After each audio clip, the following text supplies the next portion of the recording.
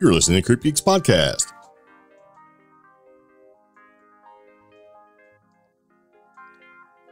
Today's podcast is brought to you by Audible. Get a free audiobook download and 30-day free trial at audibletrial.com/CheapGeek.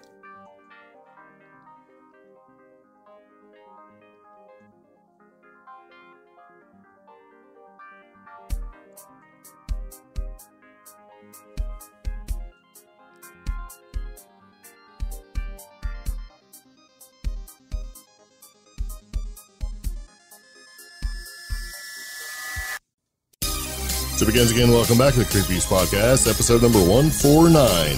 Ghostbusters Afterlife, UFO Sightseers near Brown Mountain Lights, Road Trip Part 2, Mothman.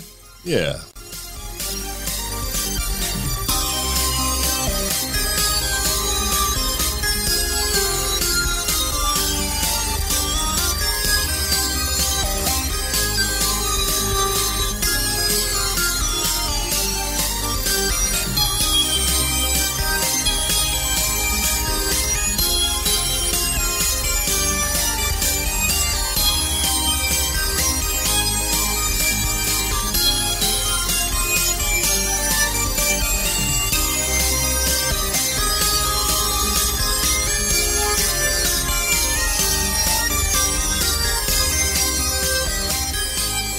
So it begins again. Welcome back to the CreepGeeks Podcast, episode number, what was it?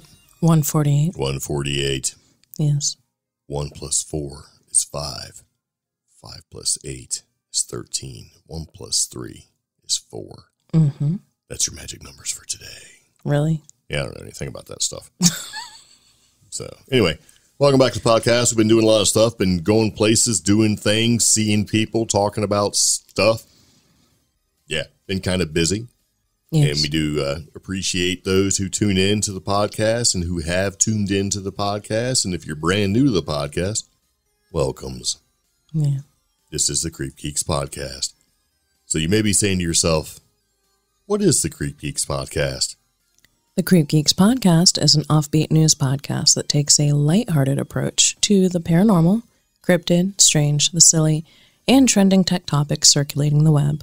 Broadcasting paranormal news and fun stories from our underground bunker in the mountains of western North Carolina. Yes. So anyway, there you go. We're a paranormal weird news podcast. We do a couple different things that sets us apart from other paranormal and weird news podcasts.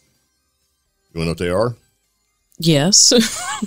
Well, first, we're a dynamic duo. My name is Greg. I'm Omi. And you can decide who's Batman or Robin. Doesn't matter.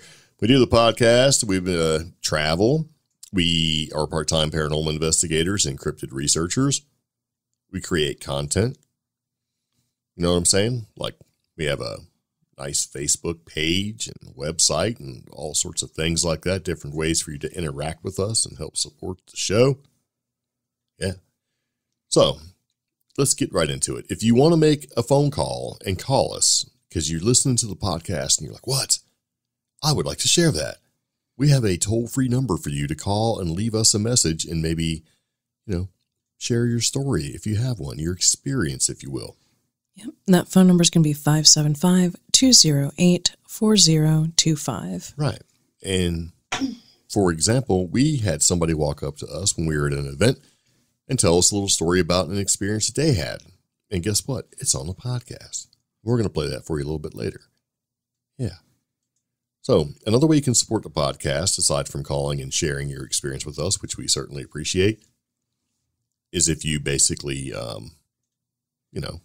interact with us. Join our Facebook page or like our Facebook page and join our Facebook group. They're easy to find. All you have to do is type CreepGeeks Podcast and it'll show you the page and the group on Facebook. Yeah. We're also on Twitter and Instagram, CreepGeeks Podcast. You'll find us. Yes. Now, if you'd like to email us, that's going to be contact@creepgeeks.com. Yeah. We also have a website called creepgeeks.com. Yeah. Yeah. And we have a contact form there where you can actually leave some information. Yeah. So we're pretty excited to have you here. May not sound like it just yet because you have to kind of ramp up into this kind of thing. Mm-hmm. But anyway, so where we left off before in our last podcast, as we talked about our epic epic road, I can't even say it, epic road trip adventure in our DIY simple camper van, the Albino Rhino. Yeah. Because what we did is we decided we were going to go a couple places and do a couple different things and see some stuff before we went off to a conference that we attended called the Pennsylvania Conference on the Unexplained. Western Pennsylvania Conference. Western Pennsylvania Conference of the Unexplained. Yes. Yeah. So we did the Flatwoods Museum where we had a chance to have an interview with Mr. Andrew, the curator. That's not really his name, but I think it's funny. And so from there, we decided to go off into the Mothman area. Yes. Yes, and we're going to tell you all about that in just a second. So anyway, before we get started, there's a couple things you need to know about the podcast. We do the podcast weekly. Yep. We share content. We like the interaction on our Facebook group. We're pretty easy to get a hold of. We go to conferences and things like that, and if you see us, please come up and say hello. If you have something you'd like to share, but you want to remain anonymous, that's fine. We take care of that for you too. And if you want to support the show in a way that doesn't really require too much effort on your part, we have a way to do that because we have an Amazon associate account. And if you go to Amazon and use our affiliate link and you buy something, we get a small percentage. Doesn't change your price at all. And it makes it so that we can put gas in the Albino Rhino and keep coffee flowing. Yeah. I used to say put coffee in the Albino Rhino, when we gets all mad. Yes. So. That affiliate link, though, is going to be amazon.com/shop/cheapgeek. And we'll also put a link in the show notes. Yes, because everything we talk about on the podcast, the links, the pictures, all of that stuff are in our show notes. Full disclosure. All right. Okay. Okay. I'm done. You good? Yeah. Thanks for listening to the CreepGeeks Podcast. You got to do it. You got to do that admin stuff, man. You got to kind of put all that stuff out of there. But anyway, we're going to go ahead and get started. We like to start the podcast with an interesting random factoid, which is basically an interesting thing that we think to be interesting. Usually it's kind of random. Sometimes it applies to the podcast. Sometimes it does not. But since it is the holiday season, and if you celebrate that, great. And if you don't, well, I don't know what to tell you. But anyway, you know what it's going to be? What? The interesting random factoid is about mistletoe. Yes. Yes. It's gross. Yes, you should explain why it's gross, Omi. So, mistletoe, while it's supposed to be an ancient symbol of fertility and virility and used as an aphrodisiac, it actually means something very unromantic in German. Really? Yes. Now, the Druids used to use this as an aphrodisiac, and other people have used it for various purposes during the winter season, like various spiritual things and stuff like that. But the name itself has a funny meaning. Missel thrush birds eat the plant's berries, digest the seeds, and then the droppings eventually grow into new plants. So the German word for mistletoe literally means dung on a twig, which is not very romantic at all. No. It's kind of gross. Yes, it is. And you think about it, mistletoe. Yeah. Ew. So. That's gross. It basically means. You're eating poop twig. It means no, like actually. Bird missile poop. That's gross. Yeah. Well, there you go. You learned something new on the podcast. And if you like that sort of thing, leave us a comment and let us know how much you liked it. Or give us some interesting holiday trivia. So. Yeah. Okay, so anyway, getting back into the podcast and kind of talking about some current events, this is something that kind of came about past couple days and sort of popped out there, and I'm very excited by it. It's the Ghostbusters Afterlife trailer that you can see on everywhere. Yeah. Internet, YouTube, Facebook, I'm sure it's out there. Yeah. And I watched the trailer, and I got to tell you, I'm way more excited about this particular version of Ghostbusters than the 2016 version of Ghostbusters. I'm just excited about this one. Yeah. Because they did a couple different things that I thought was actually pretty cool. They've been making lots of throwback to the old or the original Ghostbusters, I guess, Mm-hmm. And they're kind of sort of, it's like they realized what they did with 2016. It didn't go over as well as they wanted. So they're kind of like, let's add as much stuff as possible about the old Ghostbusters series to get people to see it. They're tying in a backstory to create a future situation or, the actual plot for now. So. They're taking current movie time and tying it in with the past so that they can throw back and give you all those nostalgic feelings about the original Ghostbusters movies. Yeah, and I like the cast so far.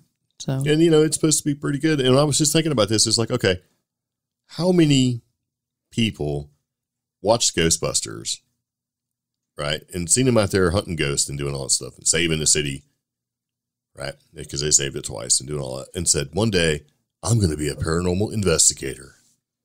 Uh-oh. That's our dog, Pepper. See, because this is an organic podcast. Pepper barks when she hears things outside. And when we're in the bunker, sometimes you hear crazy, weird things. Yeah. Now, knowing what I know about horror movies, I don't go investigate. No. If it's scary, I'm not going to go out there and look and see what it is necessarily. Right? I'm going to stay in here and let it come to me. Okay. And when it comes to me, I will defend myself. And I will defend Omi. And I will defend our dog Pepper. Because it's easier. But it doesn't help if Pepper broadcasts where we are. Well, that's true. So it's probably a fox or something like that. And just so you know, we do have videos on our YouTube channel about some crazy weird noises we've been hearing in our undisclosed location in Western North Carolina. Yes. So if you'd like to check that out, just go to YouTube and type CreepGeeks and you'll see videos there. Yeah. And if you don't see them there, well, go back and retype CreepGeeks correctly and you'll find it. Well, CreepGeeks and you have CreepGeeks. Evidently, there's some French pancake makers out there that have a pretty popular channel, I got to tell you. Yeah. Well, I mean, it's delicious. So, yeah. But getting back to Ghostbusters, I'm just excited. I'm excited because of reasons that other people are already complaining about. Yeah. Like, I'm glad Paul Rudd's in it. I like him. Yeah. And I also like the kid from Stranger Things. I think that's great. I kind of like how he's staying in the genre, Yeah. Hopefully, he's got some smarts about him to where, he's not going to be, I hope he doesn't, in other words, embrace it. Yeah. Knowing how things go, because we were talking about this earlier, like the Harry Potter kids, right? Because they're still kids, right? I mean, they pretty much just said, we're going to ride this Harry Potter thing till it stops. Yeah. There was, maybe some slight rumblings about, well, I'm going to go off and try something new. It's like, no, man, you wait until all this is done. And one of them did try something new. It didn't work that great for him. So, yeah. Which one? The blonde kid. The bad guy kid. Oh. Yeah. Malfoy or Maldecourt? I don't know. I don't know. Watch that stuff. I don't read Harry Potter either because you know what? I'm a full-grown man. I'm a little bit older. We're trying to get more listeners, not to I'm just try saying that. I'm being honest. I'm being organic. I'm very nearly 50 years old. Mm-hmm. See, my Harry Potter was basically like Lord of the Rings, Two Towers, The Hobbit. I think mine was Dune.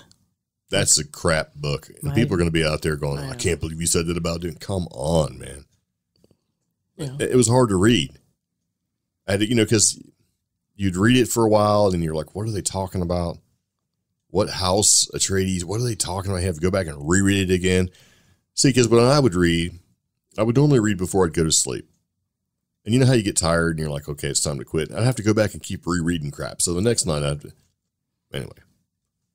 I like the movies better. Because that way, if you just fell asleep, you could rewind the VCR. Because back in the olden days, movies were on these things called video cassettes. And I grew up during a good time for sci-fi and fantasy for the most part. I mean, better than some generations. That's true. I mean, I had Ghostbusters and I had Legend and Labyrinth and you kids today, you have no idea how awful special effects were back in the olden days. That's true. Last Starfighter and that was great. That was good. It was good.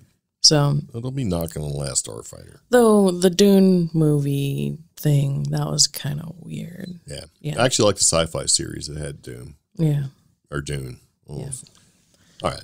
So anyway, kind of moving back into it, we think Ghostbusters is going to be good so far. I mean, the trailer looks like it's pressing all the right buttons to get people to kind of fall in line. Yeah. A lot of people are like saying it's like Stranger Things because whatever that kid's name is from Stranger Things. Finn or something. Finn Wolf guy, whatever his name is, he's going to be in it. Paul Rudd's going to be in it. They're making nods to the old Ghostbusters. So they're doing nods to the original. I kind of think it's probably inspired some paranormal investigators. That's the real paranormal investigating movies right there. Yeah. That's where all the shows came from. Wonder how many people. It was like In Search Of and Ghostbusters pretty much cemented everything, I think, when it comes to the paranormal stuff.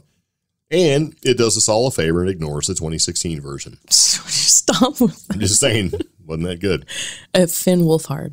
Okay. Yeah. Oh, yeah. I mean, when you look it up, they're listing the official cast. Yeah. And it's, Ernie Hudson, Bill Murray. Well, hopefully they're all in it. Aykroyd, Sigourney Weaver. Yeah. Our dog is just going nuts. So chances are there's a wild booger man out there in the woods. Wild booger man. Yeah, waiting to come get us. What if Joke's on you. You got to come in the bunker. I got to figure out a door. Yeah. So anyway, talking about a new Mothman sighting. Evidently there's been like a new Mothman sighting. 7-foot tall person with wings near O'Hare International Airport. Yes. Like, huh. And this is from singular14.com. They're really keeping up to date on these new sightings that are happening out there. Yeah. O'Hare International Airport in Chicago, which this is an article by Tobias Whalen. Yeah. He basically put it out there. Yeah. And so the rash of Chicago Mothman sightings that have been happening over the past couple of years just keep building. Let's call them flying humanoid sightings. Yeah, that's true. So, I'm going to be the first one to kind of stir the pot and say that most of these sightings that's been reported, in different places, are not real. That's all I'm going to say, because the reports vary, different description. It's just, it seems some of them are a little off. So maybe not all these sightings are genuine. Well, yeah, we had that one we talked about. But there are some that don't make much sense at all. You're like, wow, okay, what's going on with that? We had that one from a couple of weeks ago, and it was just the single image in Pennsylvania. Yeah. And you're like, that could be it's literally not a Jersey Devil. It didn't look real. It was a Jersey Devil, yeah. But it's like, these ones, though, that are getting the attention and have these reports, like Tobias has reported, I kind of feel like there's something genuine going on, or at least this experience. I think that some genuine. of the sightings that they're having are unexplained, and I think some of them are embellished, and I don't think all of them are. But this one, think they are. Yeah, I like this one because according to the report, the witness says, I was at the airport picking up a load at basically a cargo airline. Yeah, this person's a truck driver. I was already backed into a dock and was standing away from the truck smoking a cigarette while they loaded my truck. I was looking toward the runways in the direction of the tunnel, and that's when I noticed something that looked like a large bird standing just outside of the fence by the parking lot. It was not hard to miss because 2 street lamps were nearby. It looked like a person with wings that were stretched out and flapping. It was walking away from the fence toward the open field and then began to flap its wings and disappeared. Okay, so here's the thing. Yeah. A lot of Mothman-style sightings, there are no flapping of the wings. And then a lot of these man-bat flying humanoid sightings, some say that they flap, some say that they don't. Yeah. A lot of the Mothman-style sightings are like, wings kind of opened up and they just took straight off into the air and flew away kind of a thing. Yeah. So I'm not sure what's going on with that. Maybe it's not necessarily Mothman, but it's like a man bat or something. Or some sort of flying humanoid. Or maybe it's a giant bird. Yeah. See, because we're going to talk about Mothman here in a minute, and, our opinion on Mothman may not be correct. Popular. There we go, popular. Commonly I was going to say politically accepted. correct. Yeah. Commonly accepted. Because we make reference to an article from a gentleman we met at the Western Pennsylvania Conference on the Unexplained, and he kind of had some of the same thoughts that I had. Yeah. So I thought that was refreshing. Well, which would anger some people, I'm sure, but I don't care. I mean, if there is something going on in Chicago, that's one thing. The amount of sightings and some of the sightings we've actually talked about in previous episodes, I'm like, Yes, and we've been doing this podcast for a little while. Yeah. We've been following the flying humanoid / Thunderbird sightings and things like that. Yeah. And it just seems like there's an inordinate amount of sightings that are happening in the Chicago type area, or in just Illinois in that particular spot in general. So, and there's places you can actually go and kind of check out some of these reports. If you go to Phantoms and Monsters and look, they have a phantomsandmonsters.com. They have a little map that you can look at. Singular 14 also. I believe he did a book, maybe? I don't know. It doesn't really matter because we're going to move on. So this person seen what appeared to be a 7-foot-tall person with wings. Yeah. Flapped its wings and flew away. Yep. And when the person was asked to describe what he saw, he said it looked like a demon. Yeah. Or a goblin, and it was solid black. And a witness said he saw nothing that looked like eyes. He just assumed the creature had his back to him. Mm-hmm. And he basically said it walked with a gait like a bird, and then it was flapping its wings as it walked towards a large field, and it kind of flew away. And he did give a credible account of its height in the sense that it may have been 6 or 7 feet tall because he's very familiar with that particular landscape and he knows how tall the fence is around the outskirts. And also present was a sense of evil, similarly reported by previous witnesses. I've never really heard that, except for maybe once or twice where somebody said that, that it felt weird or felt off, but never like it felt evil. Yeah. So I don't know. Maybe an embellishment, maybe not. Because he already says, what's his name? What's the guy's name? Manuel. What's his name? Manuel Navarrete? Navarrete. Yeah, he said it looked like a demon, so. Yeah. I don't know. I just thought it was kind of neat. Because whenever we see something like this, we kind of look at it like, ooh. And especially since we're talking about Mothman. Yeah. Like, what? Why not? So anyway, there you go. They're out there. Yes. Trucker reports 7-foot-tall person with wings near O'Hare International Airport. Very nice. All right, so far we talked about Ghostbusters and we talked about a new Mothman sighting. Let's talk about Mothman. Okay, so if you don't know who Mothman is or what Mothman is, and you haven't seen the movies and you haven't seen anything like that, and you're listening to this podcast for the first time. And you don't play video games. Right. You don't play video games like Fallout 76 or whatever it is. So what's Mothman, right? Mothman basically in folklore is a creature reportedly seen in a Point Pleasant area, West Virginia, November 12th, 1966 to December 15th, 1967. Yes. So it's first reported in some newspaper articles.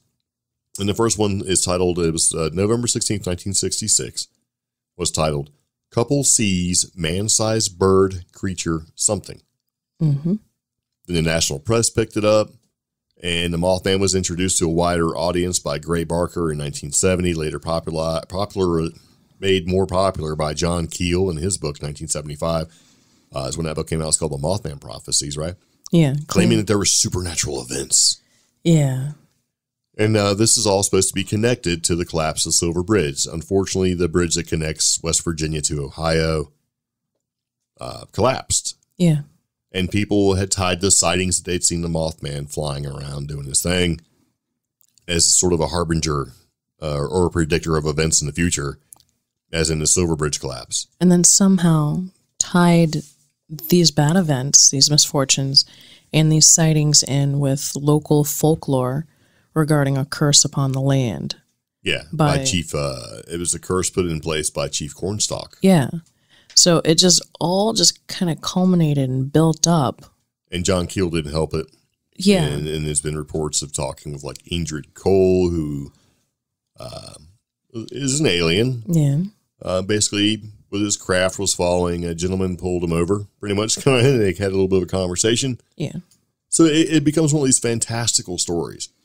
And one of the things I really didn't realize until we actually started researching it and actually listening to some accounts and then reading stuff was it wasn't just the two young couples who had spotted him. In November 12th, 1966, 5 men who were digging a grave at a cemetery near Clendenin, West Virginia. Right. Now, this is where it gets funny, because this says they claim to have seen a man-like figure fly low from the trees over their heads. This is often identified as the first known sighting of what became known as Mothman. However, the gentleman we spoke to, as well as some more information, shows that report's misleading because it was only one man. Right, and the other ones didn't see it. Yeah. And the one that everybody hears about is a report that happened November 15th, right, 1966. 2 young couples from Point Pleasant. And this is the Scarberrys, right? Yeah. Roger and Linda Scarberry and Steve and Marie Millette. Mary Millette, yeah. Yeah. But I say Marie? I mean, yeah. They told police that they saw a large gray creature whose eyes glowed red when the car headlights picked them up. They described it as a large flying man with 10-foot wings following their car while they were driving in an area outside of town known as the TNT area. Now, the TNT area is the site of a former World War II munitions plant. Yeah. It's basically where they stored bomb stuff. So TNT really is, it just means explosives. Yeah. And they have these things stored in these cement igloos that are really thick and they're domed and have a ventilation hole at the top. And it's outside of town because, when you have that much munitions and you're storing it, if it was to, it would blow half a town away. Yeah. And so this area was populated, or was pretty popular, I should say, by couples. Because back in the olden days, they used to go make out. Right? And they would call that necking. So they're sucking face out here in this old TNT area where the igloos are, which is kind of the nickname for them, right? Mm-hmm. And they were out there doing their thing, and evidently they seen this large flying man with 10-foot wings who decided to follow their car when they were driving outside that area. Yeah. And there's some other parts of the sightings where reports where they said, one of them threw a rock at it and all that. We're not going to go into it in great agonizing detail because there's books and there's movies. As a matter of fact, if you watch any kind of documentary stuff on 14 things like monsters and UFOs and that sort of thing, Small Town Monsters has a good one to watch. Yeah. We'll put a link to it. So, so they seen it, they reported it, right? Yeah. So Roger and Linda Scarberry, Steve and Mary Millette, they reported what they seen. Large gray creature, right? Yeah. Eyes glowed red, flying man with 10-foot wings. And so the next few days, they had other sightings that happened in that area as well. 2 volunteer firemen said they seen a large bird with red eyes. Mason County Sheriff George Johnson commented they believe the sightings were due to an unusually large heron. He termed a shitpoke. Yeah. And see. Or shitpoke. How do you say that? It's shitpoke. Shitpoke. Yeah. And at the time, it all got, chalked up to being a large, an unusually large heron.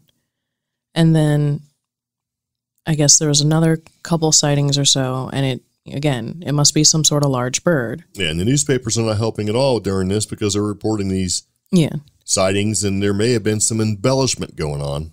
And then a wildlife biologist, Dr. Robert L. Smith, he told reporters that the descriptions and sightings all fit the sandhill crane, a large American crane almost as high as a man, with a 7-foot wingspan, featuring circles of reddish coloring around the eyes. Yeah. And that the bird may have wandered out of its migration route.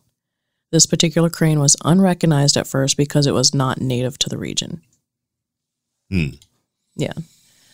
So. Yeah. And there was also some other sort of details that came about with some of these sightings, like buzzing noises, disappearance of the man's dog.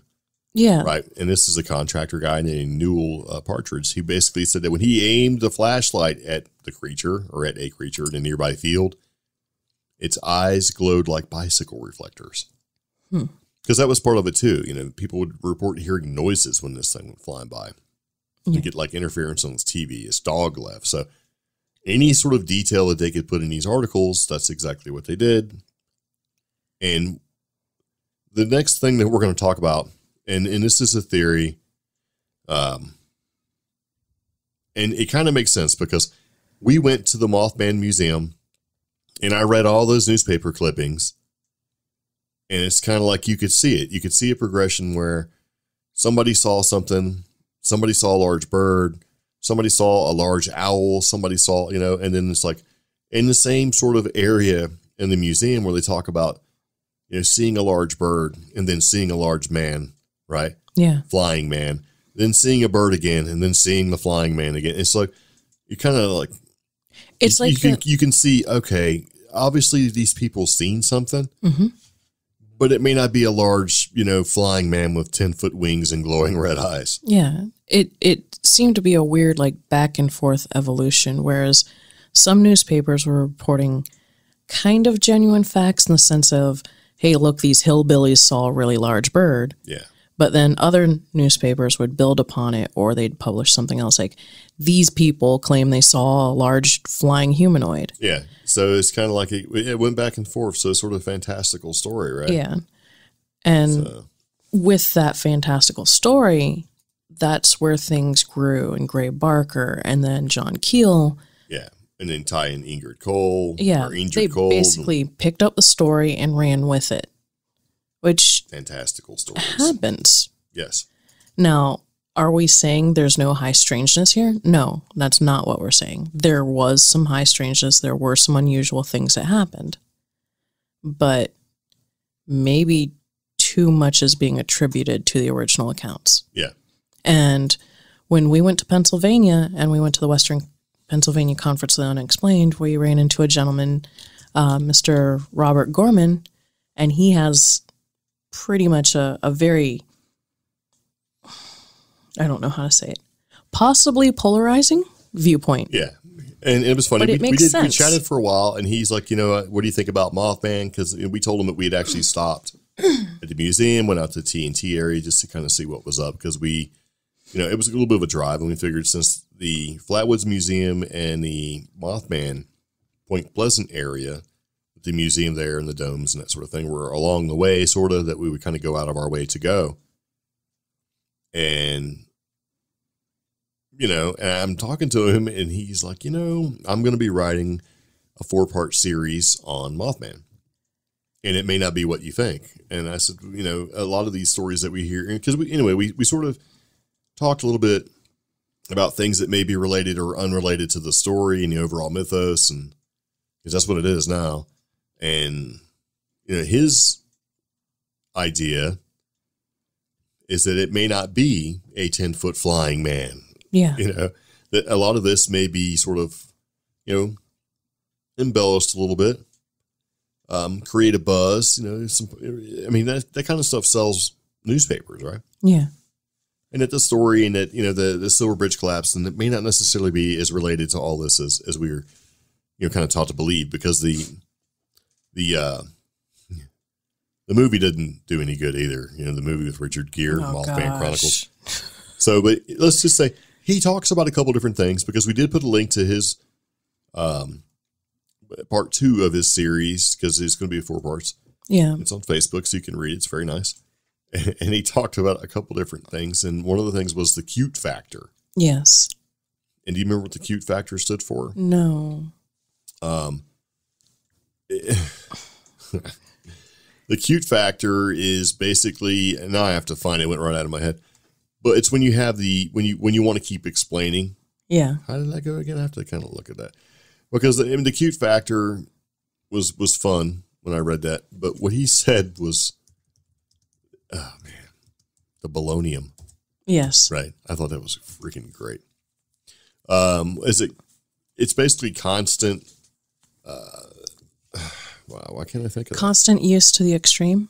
No, constant use. It's basically, it's the cute factor is it's when you want to keep explaining what you've seen, and the more you explain, right, the more the embellishment happens, details get lost. And I'll figure it out and throw it out there in a minute, but it's kind of one of those things where it's like the constant unnecessary need to explain. Constant unnecessary. I'm ruining the whole thing. I knew I was going to do this. And just well, you talked to him for longer. I did. I talked to him for about an hour, and we just kind of, but yeah, because when he brought out with the bolognium, oh man, it's fantastic. But he's final note regarding. We'll put a link to his article. Yeah, it's a good read. Yeah. We don't want to give anything away because we wouldn't do it justice. Yeah. But yeah, he kind of has the idea. That it may not be what you think it is. It may be people who have actually seen something. Here, compulsive urge to explain factor. That's what it is. Compulsive urge to explain is the cute factor. Yeah. And you feel like you just kind of keep. It's a reaction that you have. As he puts it, we found final note. We found textbook cute factor and stinging ridicule posing as journalism. Yeah. Hindsight tells us that the dwindling trickle of occasional Mothman articles would soon be buried and forgotten under an avalanche of newspaper accounts and dutiful reporting. Right. As an invasion of UFO sightings. But thanks to John Keel, the Mothman mystery would one day begin as flawed folklore. It would evolve into weapons-grade bolognium. Bolognium. Thanks to the Mothman prophecies. Yeah. Yes. And so check out the link. Make your own conclusions. he does provide a very thorough breakdown and evolution of how the story continued and that cute factor there. Yeah. Yeah, because it's impulsive urge to explain. I don't know why I couldn't think of that. I'm looking right at it. There's 3 examples that he provides that are almost cookie cutter. Yeah. You know, and I'm like, you know, so it is definitely. I mean, it explains, you know, quite. While it's a polarizing opinion, it is a very interesting one. It's realistic. Yeah. So, you know, and plus there's been other sightings and things that aren't necessarily popular that showed up. Maybe didn't quite show up, but anyway, and make your own conclusion. Now but see, that's part of it. If it's not a popular account, it gets buried with time. Well, yeah. And that's what he also kind of puts there. You know, the dwindling trickle of accounts because they'll start to vary. Those get buried with history. When we started looking at it, I only remember hearing about in the very beginning of when the sightings actually started. About somebody seeing a large bird. That was it. And there was like 5 articles on these birds. Yeah.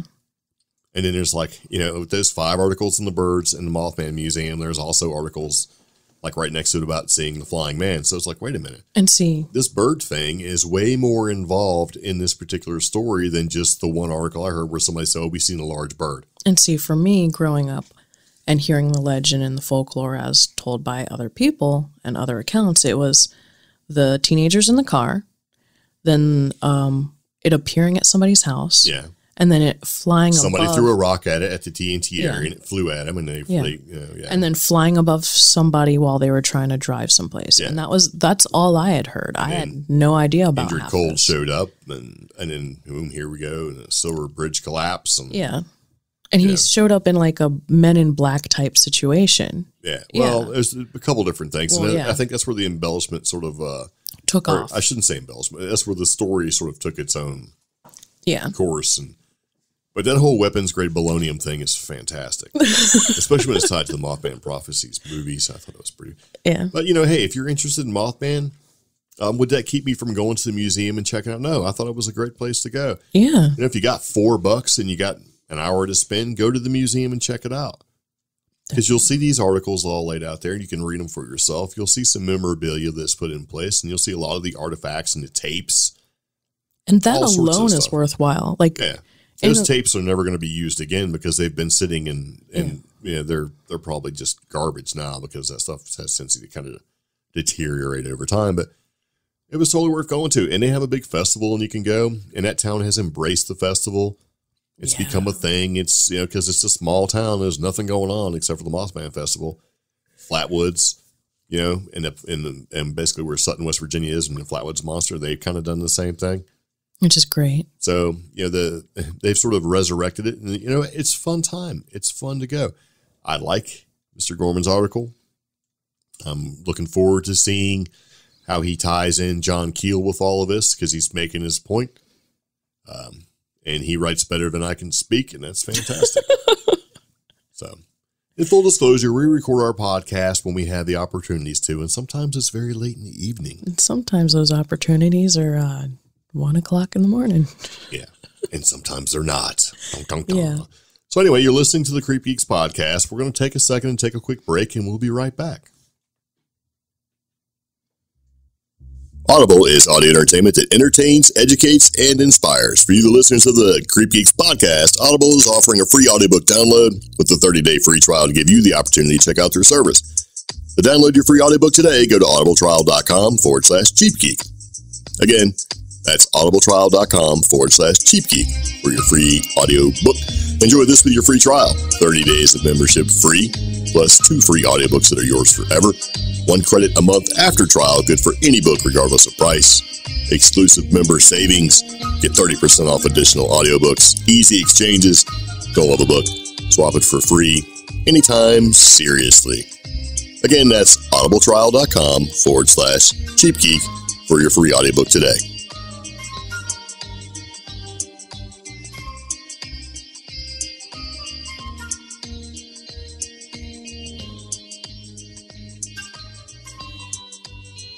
And we're back. Okay, so just because Mothman may not be necessarily what we thought it is. Yeah. Right? It may not be as, you know, paranormal, supernatural, as we kind of thought it is. Now, we have to kind of put this in perspective. There is a ton of different things happening with the whole Mothman, Point Pleasant, right, sort of area there. And that includes Flatwoods. That includes Kecksburg. That includes that whole area in a 250-mile range. There's a lot of weird stuff that sort of happened. White wild creatures. The white furred wild creatures. So, what we just sort of skimmed over is like brochure level information about Mothman in general. It is a rabbit hole you can go down and spend years doing research and looking things up and doing all that sort of thing. And honestly, I'm interested, but I'm not that interested. I don't want to research it to the point where, that's your thing. Because there are people, that's their thing. They're going to research Mothman, and that's it. I'm interested, but I'm not interested on doing a 300-hour podcast episode. Yeah. With that being said, there are lots of different places to get information. We mentioned Small Town Monsters before. Yeah.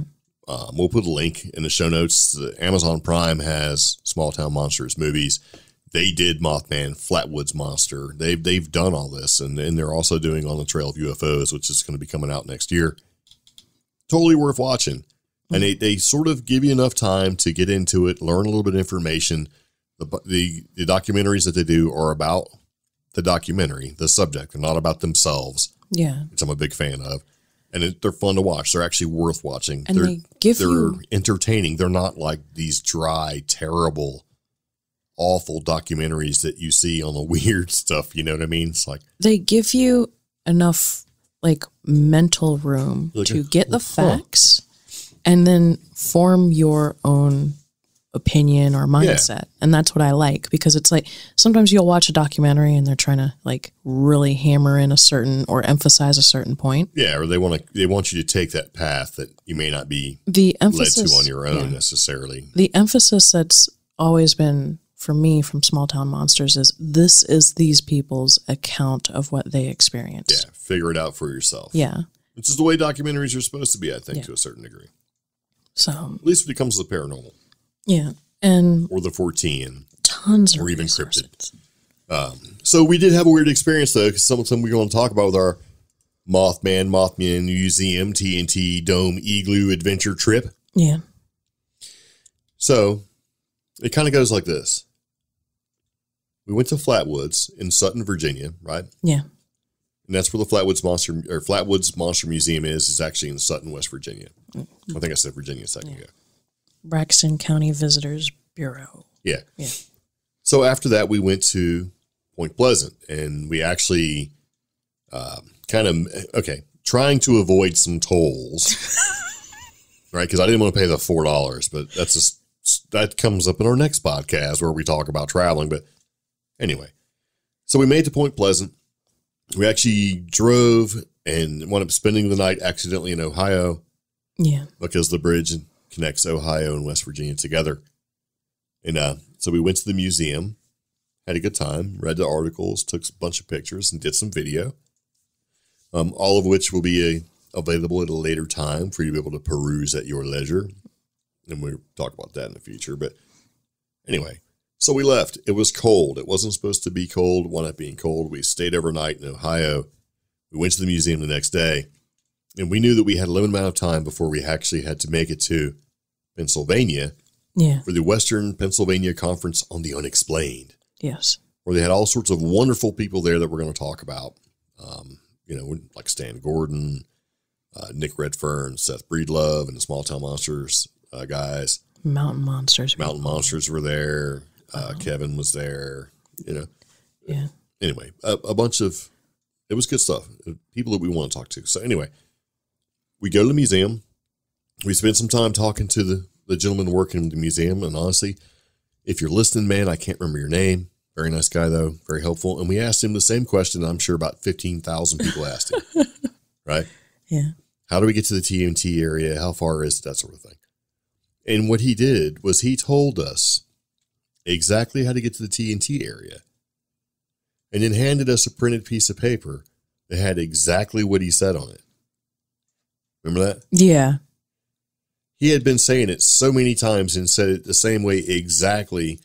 He made a printed copy of exactly what he said, right? So, I mean, it was like word for word exact. And he even had the map on the back, and he's like, hey, don't follow the brochure that you may get that says where to go. Yeah. Follow these directions so you can actually go. Because some of these domes, you can't get in, the igloos. Yeah.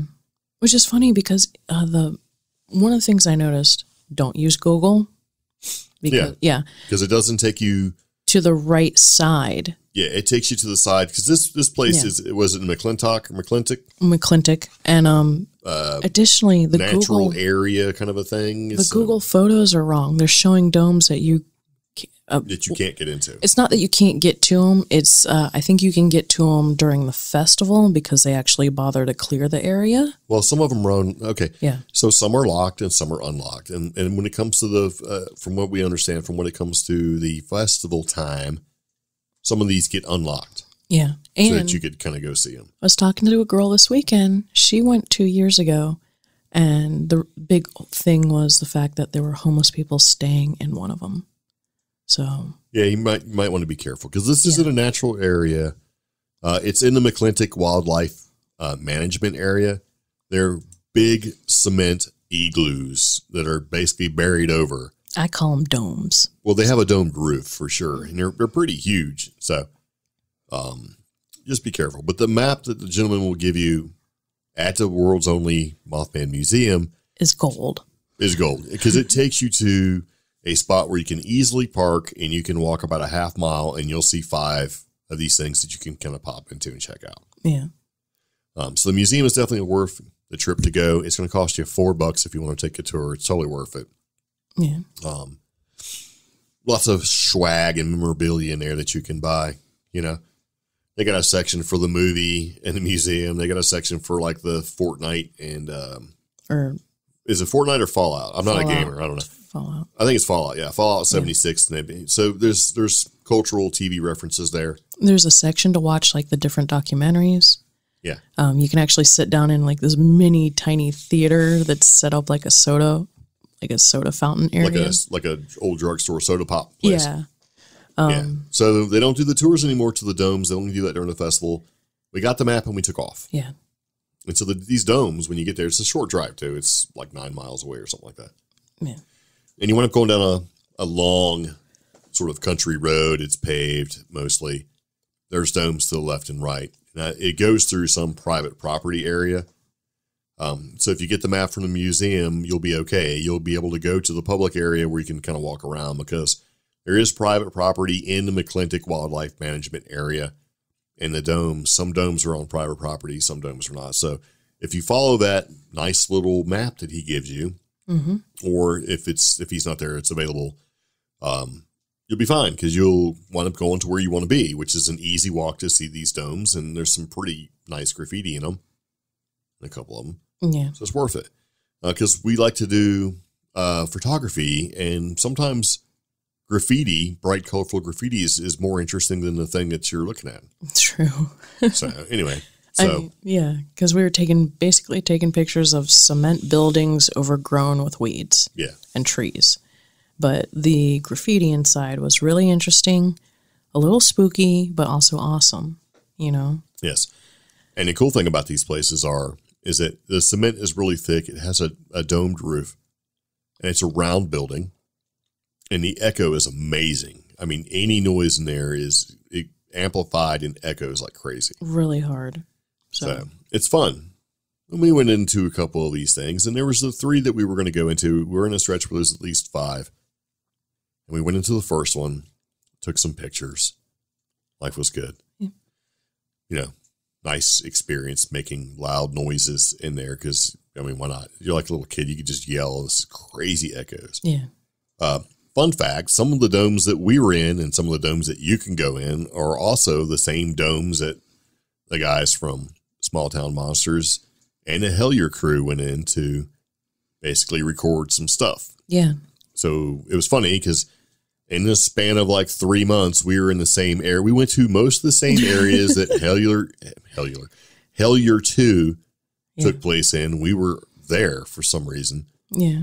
And also those same areas are a lot of where Small Town Monsters went. We were there as well. I don't know why that worked out that way. We were only a week away from when the Hellier guys went to Kentucky? No, here. Yeah, it's true. We were 1 week off.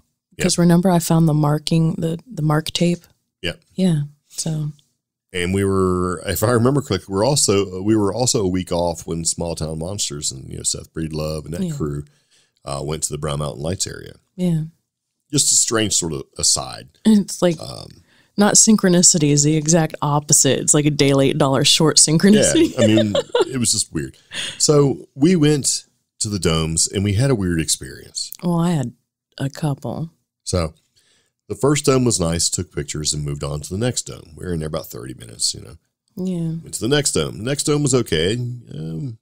Graffiti wasn't as good. It was a little less clean, because, I mean, these things are abandoned, that sort of thing.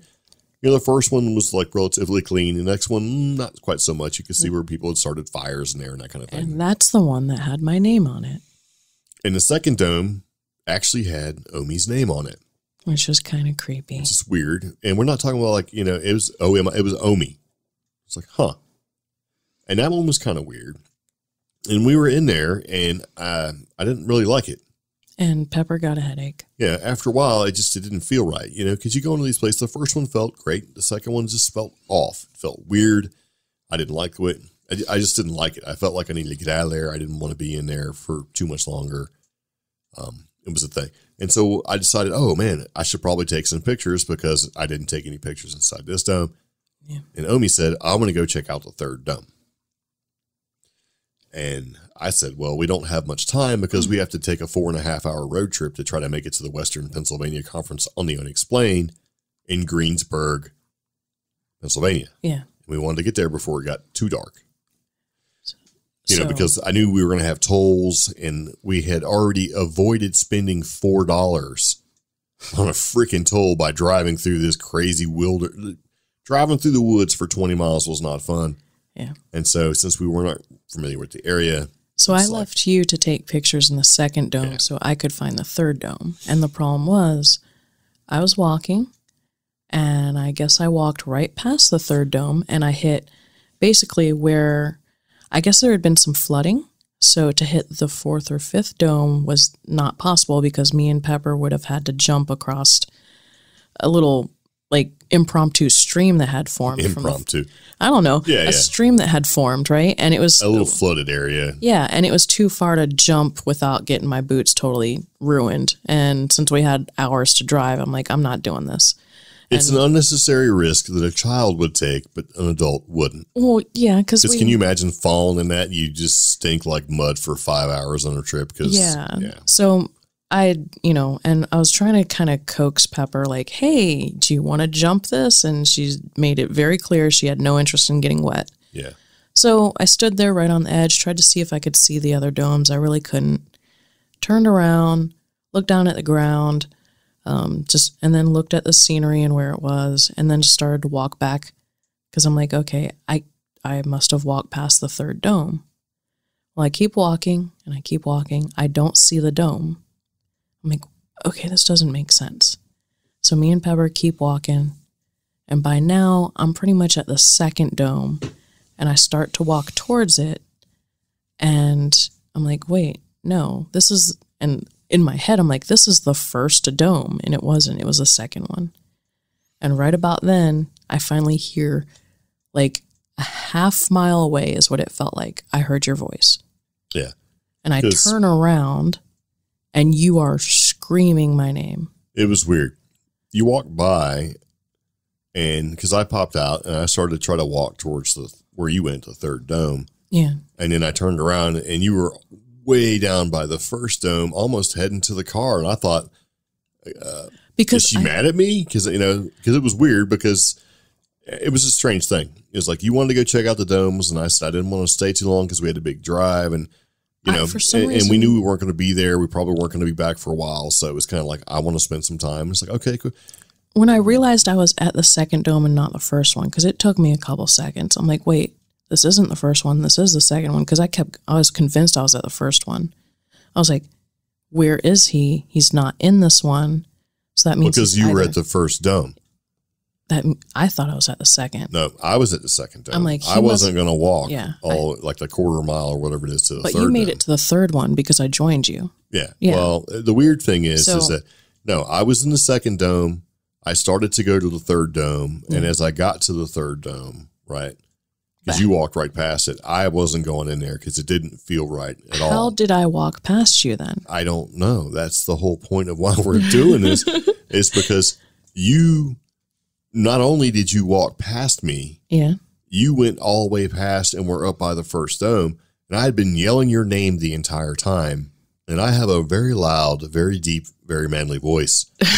And I was getting mad. I'm like, okay, you can be mad at me because we have to take a long road trip.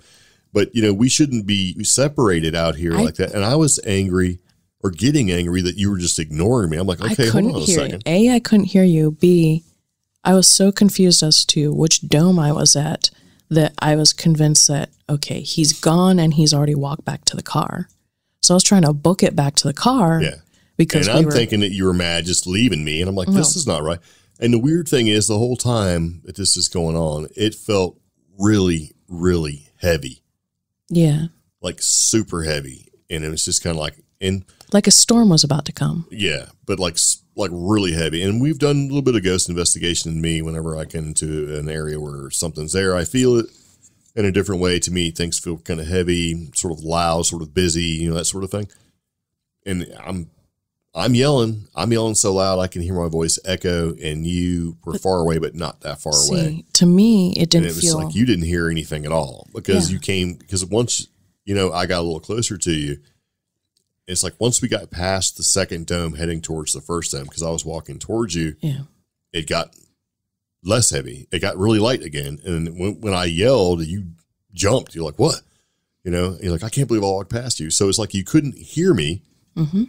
Until you got to the first dome, which is really weird, and neither of us saw each other. Yeah, very strange. But see, to me, it wasn't, like you were saying, the heavy, busy feeling. For me, it was it was kind of like this weird, heavy, cold feeling. But it was like, I also experienced the no noise factor, which we've heard about in other situations. Well, yeah, that's part of it too. But not busy, just a complete absence of everything. Yeah, it was like you're in a quiet zone. You didn't hear anything. Everything sort of stopped. And you want to hear the best part about the whole thing?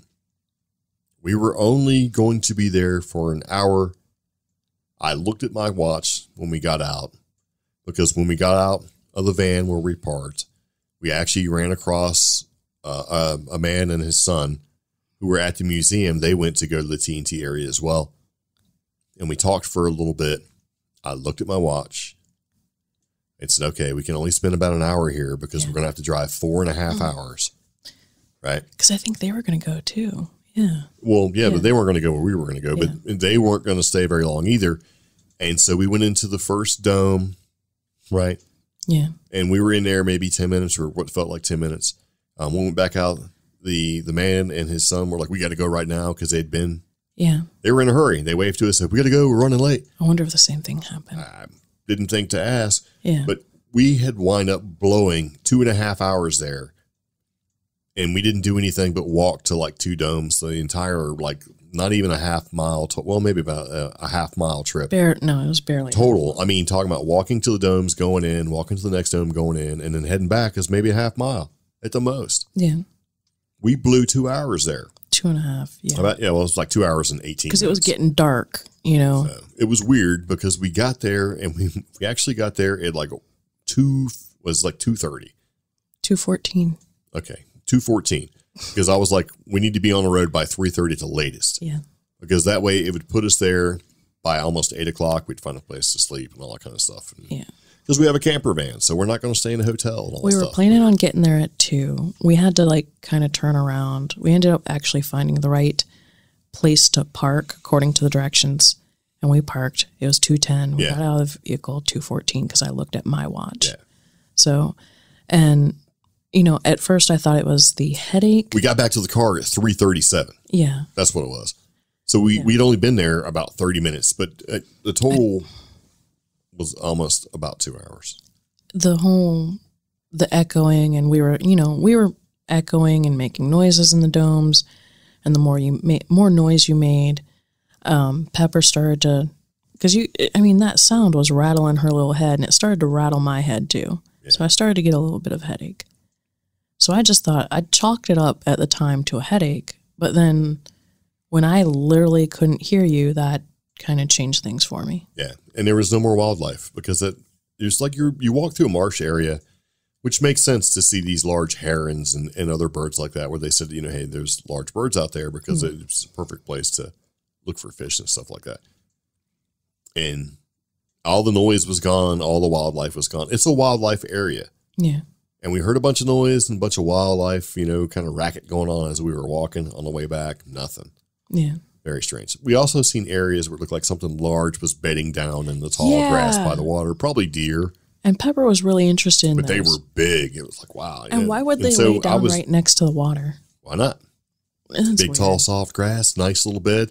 But I said, that's a Sasquatch nest. That's where stop it. But it was just a strange experience. So we actually lost time, and we didn't wind up getting to Pennsylvania until like 9 o'clock at night. But we actually wound up getting there so late that we went ahead and, we just booked a hotel room.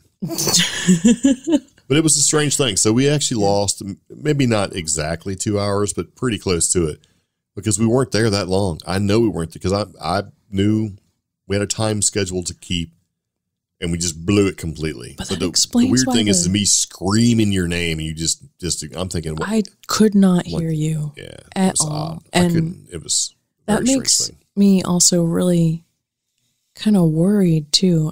Because that dude and his kid, the kid was pretty hurrying. They had to go. It's like because they took off, because they parked first, because they got the better parking. Yeah.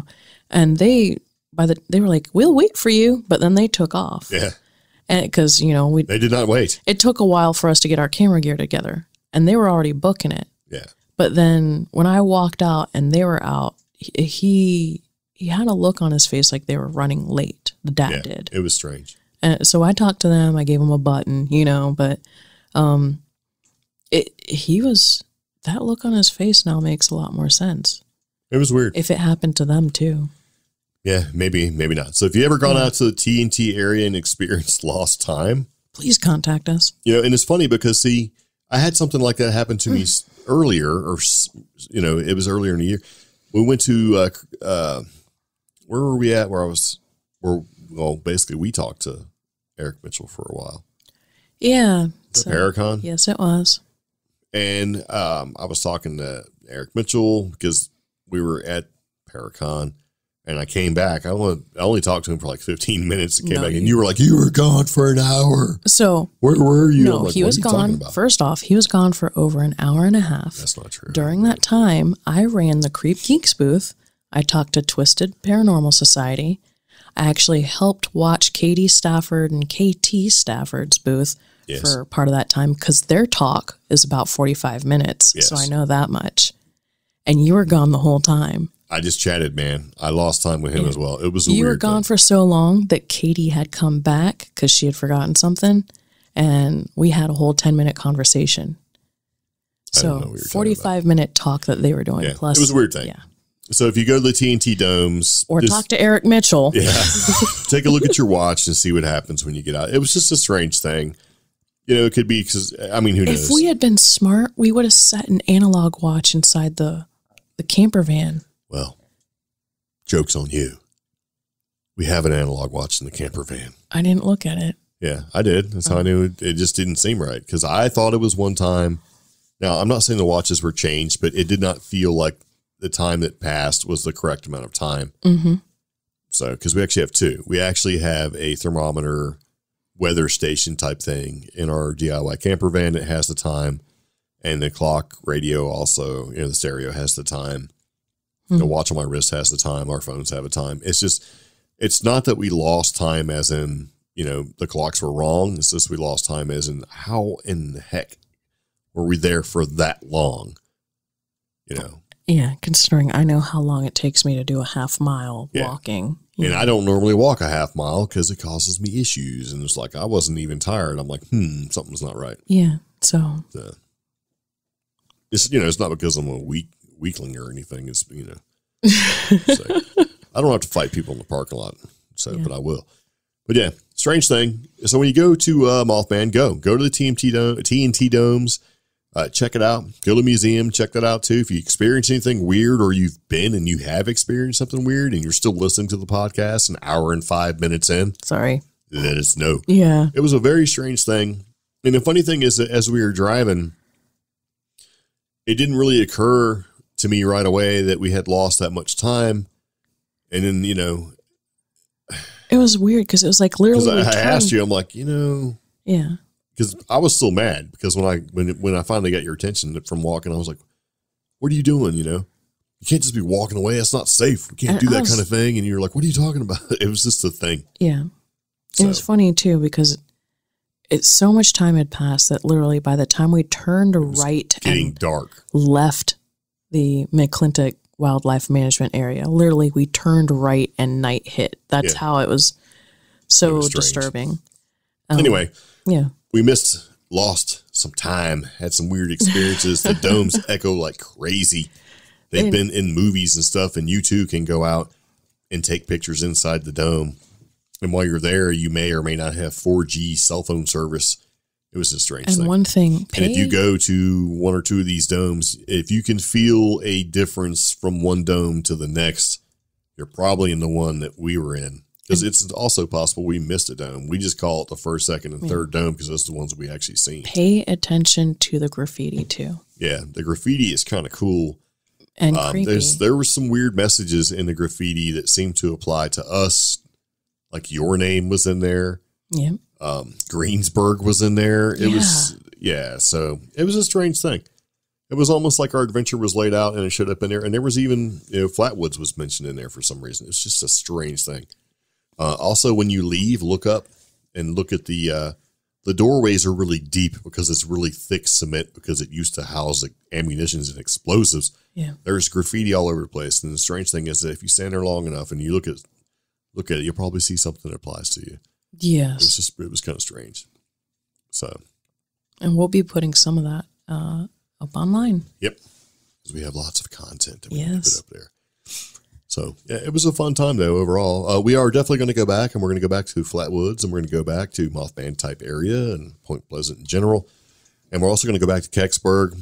Kecksburg was the site of UFO incidents. You can look it up next, or when you have a chance to do that kind of thing. Our next podcast, we're going to talk about our adventures at the Western Pennsylvania Conference on the Unexplained. Yes. The weird trip it took us to get there, arguing with the toll lady,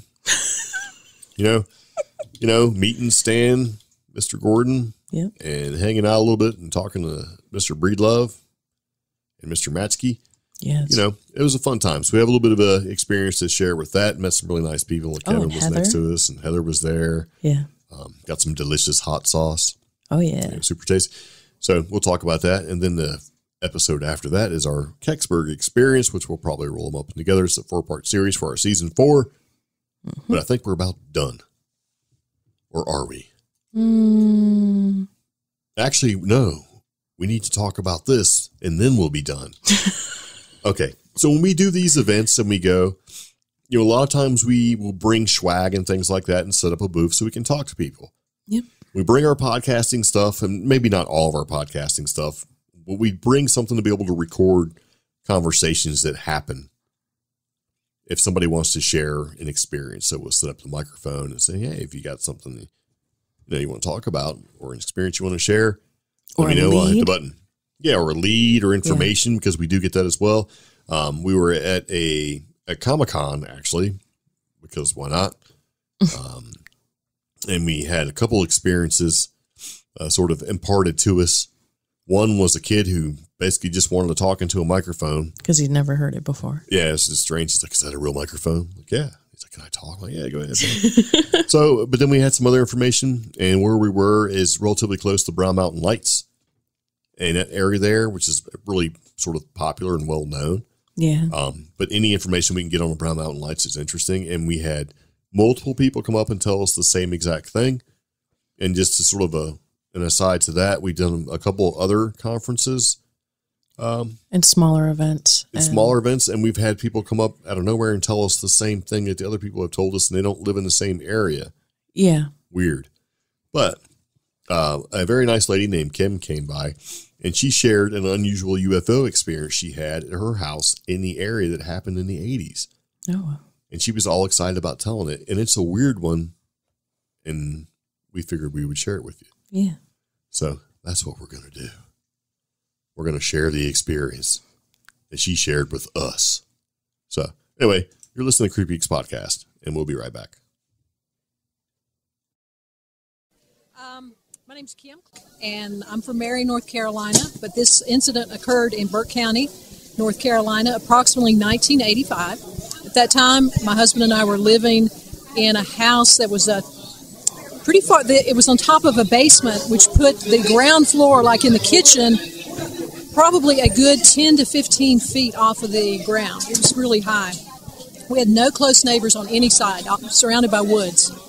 And one night in the summer, we were outside behind the house, right at dusk. Everything was normal. We fed the cats. We were started back in. We were walking across our basement to the stairs that went up into the kitchen. When I got to the top of the steps, our kitchen was totally lit up in a brilliant white light. And I ran into the kitchen to see what was going on. The light was coming through the back window. And as I just said, there was nothing back there but woods. And those windows were a good 10, 12, 15 feet off the ground because we had a full basement with a high ceiling underneath us. So as I ran across the kitchen and my husband was right behind me, the light went out. And I went out onto the deck. And when I did, I saw a vehicle going across the pasture. It was square in the front, and then the back it had one corner that went out at an angle and came back in, and the other back part of it was square. So it was square except for one side, and it went like this. Red lights around the side of it, totally silent, and it disappeared. My husband only saw the tail end of this because he was a few steps behind me. The next day, our neighbors who lived way down below us came up and said, did you guys see anything last night? And I said, yes, I did. And I described what it was, and I said, did you see anything? He said, I'm not sure. I thought I saw a light, but they had a bunch of farm animals. Yeah. He said everything in the barn was going nuts. Yeah. So there's my UFO story. That's actually a pretty good story. Because not only did you see it, you also had confirmation from a neighbor. And the weird details of, like, the angles, you know what I mean? And being kind of cut off on one end. That's the kind of stuff I look for when somebody says, hey, I've experienced something, or, you know, just those odd details that don't make sense is what you remember. And that's kind of funny because that area, well, you know, this whole area is supposed to have UFO activity, right? I do that because, I don't know why, but. Well, it's kind of a defensive mechanism. Yeah, okay, I'm not taking it seriously. Yeah, I'm not trying to tell you what's up there. Yeah, yeah. Because this whole area, and there's also supposed to be mountain bases here. Yeah, the underground bases. Yeah. There's bunches of stories about that in Marion. Yeah. Supposedly, there's a base somewhere up on Mount Mitchell. Yeah. You know, Mount Mitchell towers over Old Fort, but you're on the back side of it. There's really no way to get up there, except it's very rugged. But lots of people have said they have seen, like in Marion, tanks and stuff coming through the street really late at night. Yep. Okay, so you know that story. One detail I want to add to my UFO thing, just to give you an idea of where it was. We lived where we had a view of Table Rock. And this vehicle, this craft, whatever it was, went in that direction, which would have been toward Linville Gorge. Oh, very nice. So we were probably about a good 8 to 10 miles from the gorge as the crow flies. So we couldn't see it, but I mean, we could see Table Rock, and that's where it went back to. And that's basically Brown Mountain Lights area all through there, too. Yeah. Interesting. So, anyway, that's very cool. All right. I really appreciate that. No problem. Very nice. Yeah. So, yeah, that was just kind of weird. She came up and said, hey, you guys are a Paranormal and Weird News podcast. And I said, yeah, because we have the big banner up. And she said, let me tell you about a story that happened not too far from here. And it's just kind of funny because right before that, there was two gentlemen that came cruising up and told us about the Brown Mountain Lights and something that we'll put in one of our upcoming podcasts, where they had a buddy who basically decided to bury some microphones in the ground, which is kind of weird, but I mean, hey, you know, whatever. Yeah. And kind of explained where that information came from, like where it was. And he didn't really have a reason as to why the person buried microphones in the ground, but other than and I'm trying to he wanted to. Yeah. Not him, and it was his friend. And it was just kind of a strange thing. But it was just fun. We're sitting there hanging out, and the lady comes up and says, hey, you have a microphone set up. What do you do with this? And I said, well, we just record if you have a story you want to share or something strange like that. She was all about it, man. I was very excited by that. So it was a good time, to hear that sort of thing. So, yeah, very cool. So thank you very much, Kim. And if you want to share your experience, you can certainly do that with the CreepGeeks podcast. You can call our toll-free number and leave a message if you'd like to do that sort of thing. Or if you see us at an event, you can come walking up and say, hey, let me tell you about this. And if you do want to call that toll-free number, it's 1-575-208-4025. You can use our contact form that we have on our website, creepgeeks.com, and actually fill out that form there if you want. Mm-hmm. So, and kind of leave a little bit of information for us. So, or you can hit us up on Facebook. Yeah. Or, email contact@creepgeeks.com. Yes. So we have a couple different ways for you to share. Yeah. Should you want to share. So anyway, that's all I got. What do you got? No, that's it. Cool. Anyway, we're done. We're going. It's very late. Do appreciate you listening to the podcast. If you have any questions, comments, concerns, please let us know. Yeah. Other than that, see you later. Take it easy. Bye-bye. Bye.